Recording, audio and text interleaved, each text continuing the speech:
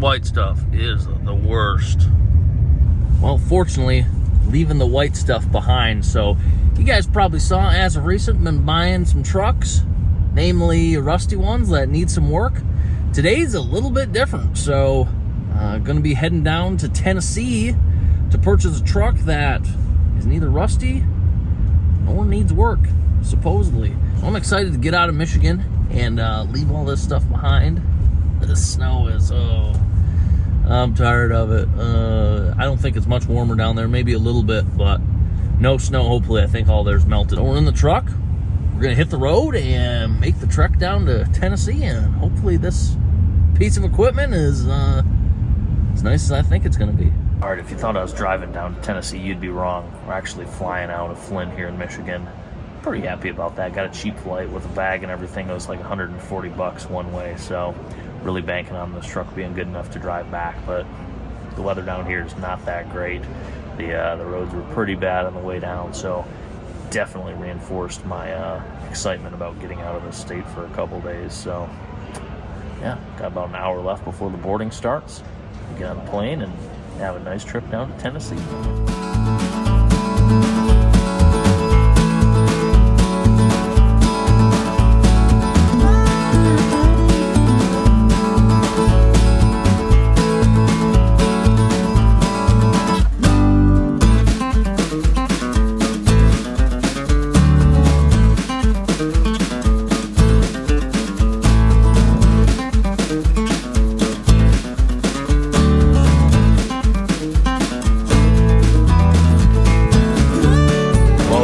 Here in Nashville, weather's already exponentially better than Michigan.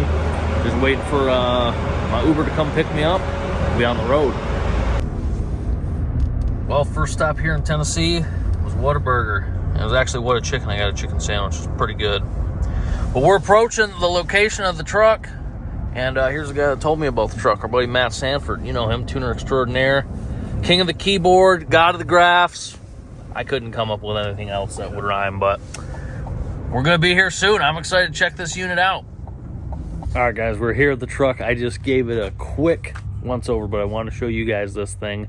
And to preface this, might not seem like that special of a truck to a lot of you guys, but when you're from Michigan and stuff rots out at an exponential rate, and considering the miles on this that I'm going to tell you guys about, I think this is something to be appreciated. So let's take a look at this thing. Here it is, guys. 2019 Silverado. No, I'm just kidding. It's a 2021 Suburban. No, I'm just kidding.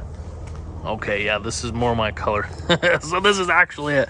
It's a 2009 GMC Sierra 2500 Duramax Allison crew cab short box. And look at the body on this thing. No rust. Those two words to someone who's interested in trucks and lives in Michigan, I mean, it's essentially priceless. So it's the SLT trim, and for a 2009, this thing has pretty much every option besides sunroof that you could get. So it's got the backup camera in the mirror, power sliding rear window, heated seats, interior.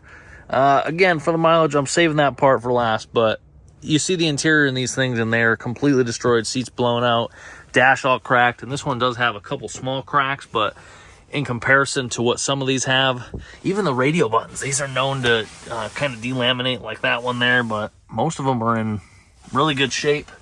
Same thing with the back seats. Little hole there, not that big of a deal. In the bed, there's no rails or anything, so yeah, it wasn't used at all anything too extreme. I'm not necessarily a super big fan of the additional chrome on here, but that can be addressed. But just look in here. I mean, it's spotless. There's no chips. There's no rust. The frame, beautiful. It's a super, super, super clean truck.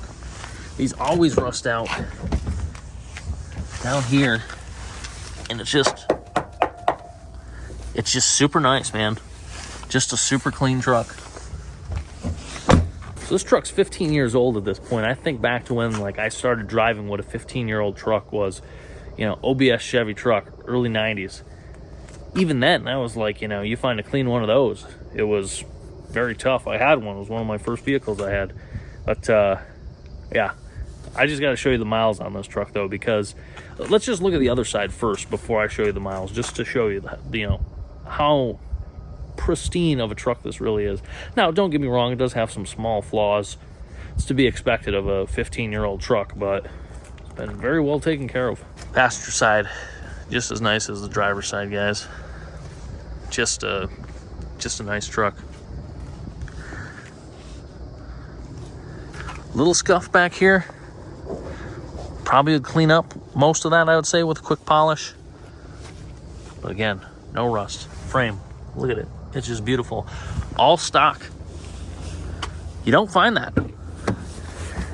You just don't find it. All right, so yeah, it doesn't have rust on it. Yeah, it's in good shape. Let's see how many miles are on this unit. 291,000 miles, guys. 291, almost 300,000 on this unit. Give this thing a crank, see how she runs. Let's pop the hood.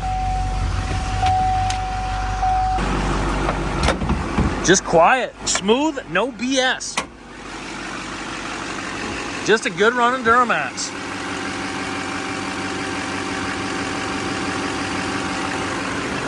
We'll do the internet's favorite diesel test. Check for blow-by.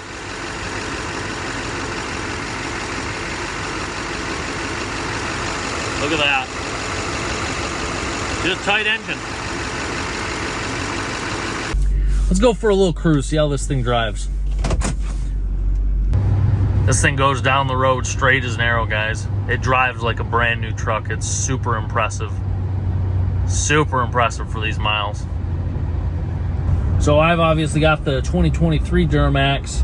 Big difference from this truck. I had a 2008 as well, though, which is essentially the same truck. Mine was a 1-ton, though, in an extended cab dually instead of the crew cab short box. And like the truck, it had some work done to it. It was solid. I think that one had about $160 on it or so. I mean, honestly, this truck drives better than that one. Maybe it's because it was a dually and a 1-ton, but this truck just drives really good. I keep saying it, but it's very impressive. So I think I'm probably going to take this home to Michigan. So drove a little bit, had to take off those chrome Fender Flares. Number one, because I feel like they added about 40 years to my current age. And second, I was just genuinely curious what it looked like underneath. And you can see there's a little bit of like rub marks from having those on there. I think that'll come out with some polishing compound. I might go to the store and pick some of that up, try and clean that up while I'm down here. If not, I'll get it when I get home. But back here especially, spotless bed, guys. That's just some water that had dropped down as it rained a little bit, but she's clean. She is a clean unit. Got a little spot right there we gotta touch up. Someone parked by sound, but rust-wise, zero. Not a lick. So I'm gonna run and get some food. Maybe pick up some polishing compound. I gotta pick up some screws to kind of secure this inner fender. Just kind of relying on those chrome things to hold that up. But yeah, I'm happy with this thing, man. Spotless truck. You don't see these very much anymore. Also, a little cold start video for you. It's about 40 out.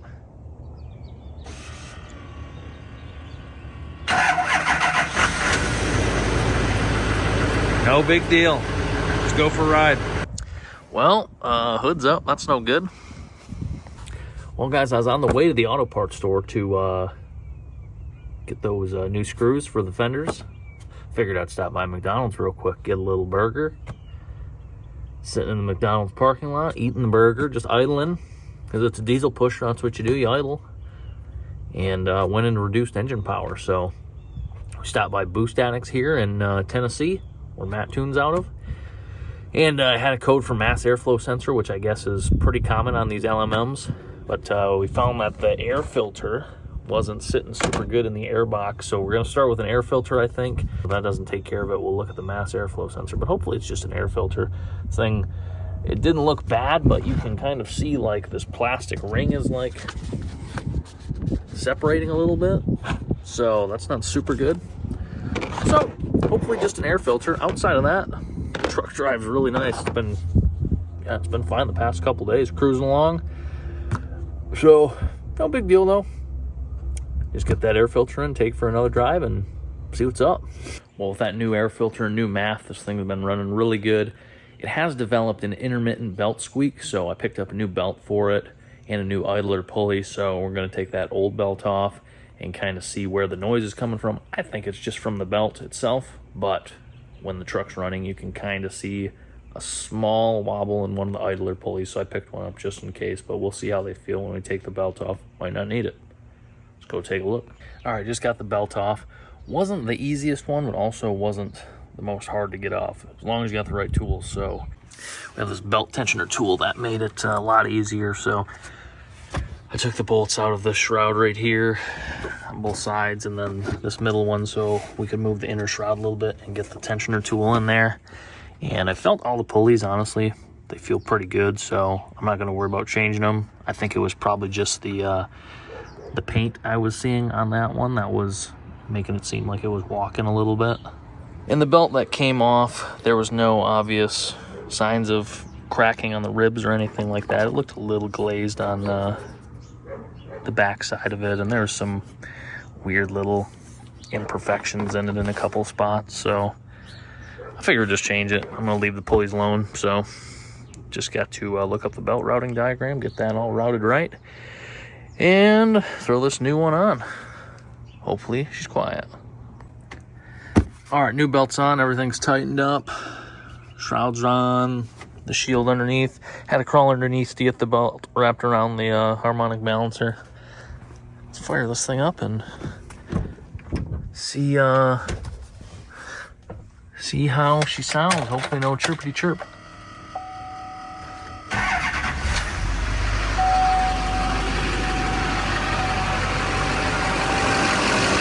at that.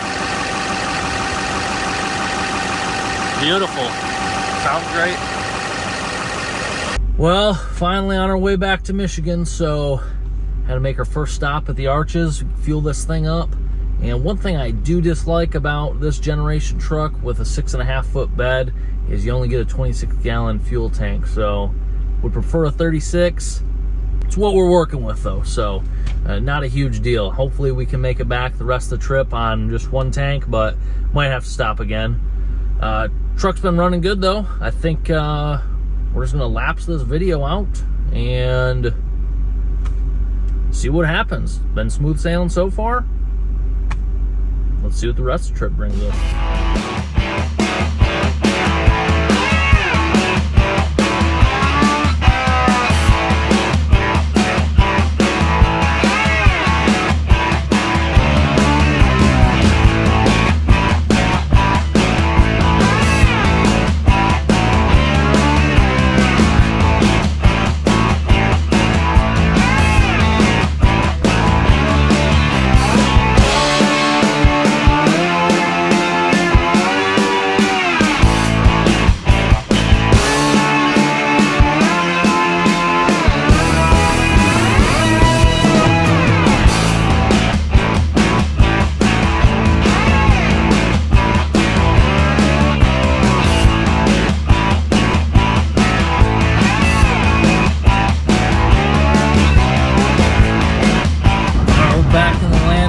Michigan, USA.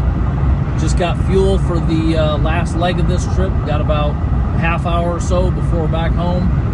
And this truck's performed flawlessly, guys. So it's an incredible piece to have this many miles on the truck, for it to be as nice as it is, for it to drive this good.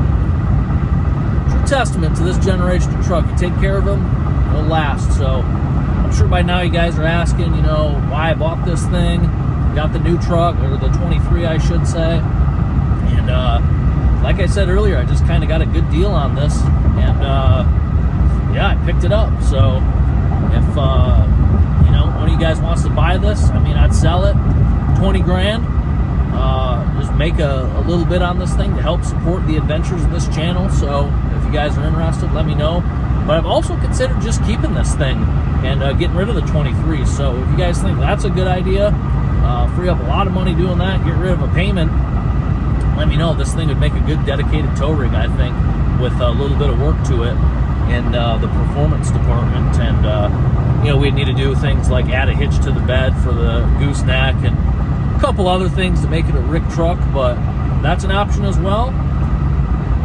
Could give it away somehow. I mean, I think we need a little bit more of a following to do that, but that's always an option for the future.